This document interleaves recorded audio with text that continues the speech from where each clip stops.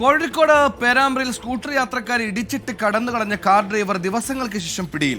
പേരാമ്പ്ര സ്റ്റേഷനിലെ വനിതാ civil police ഓഫീസറുടെ ജാഗ്രതയാണ് പ്രതിയെ കണ്ടെത്താൻ സഹായിച്ചത്.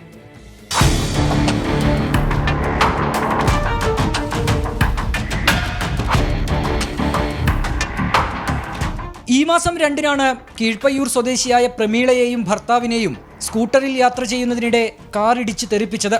അപകടമുണ്ടാക്കിയ കാർ നിർത്താതെ കടന്നുകളഞ്ഞു. പിന്നാലെ പ്രമീള പേരാമ്പ്ര സ്റ്റേഷനിലെത്തി പരാതി നൽകി. തുടർന്ന് കേസെടുത്ത പോലീസ് CCTV ദൃശ്യങ്ങൾ കേന്ദ്രീകരിച്ച് അന്വേഷണം ആരംഭിച്ചു.